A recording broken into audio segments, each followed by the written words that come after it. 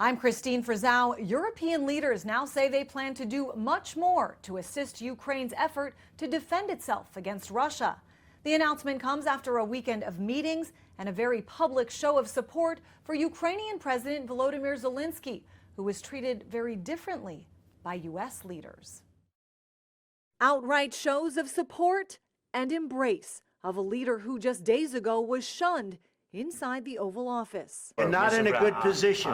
You don't have the cards right now. The exchange prompting shock and dismay, including from Ukraine's ambassador inside the room, but also cheers of support outside the White House. I have never been more proud of the president. I was very proud of J.D. Vance, standing up for our country. More and more Republicans hinting the only option may be for President Zelenskyy to resign. Something has to change.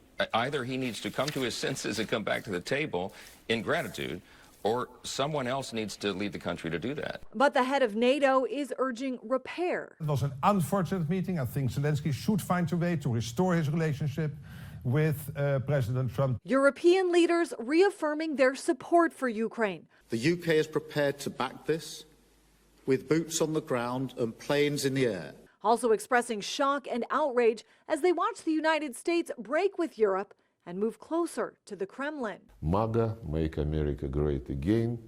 Days of praise, meanwhile, from Russian leaders. Kremlin spokesman Dmitry Peskov saying America's shift in foreign policy, quote, coincides with our vision. Every single day, you hear from the National Security Advisor, from the President of the United States, from his entire national security team, Kremlin talking points. The weekend marked with protests in support of Ukraine inside this country, from Burlington, Vermont, where Vice President J.D. Vance was taking his family skiing, to Boston. The whole world is watching. There does appear to be a change in sentiment when it comes to support for Ukraine.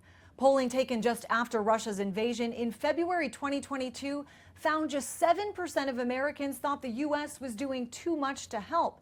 But in a separate poll last month, those numbers had reached 41%. I'm Christine Frizzau reporting.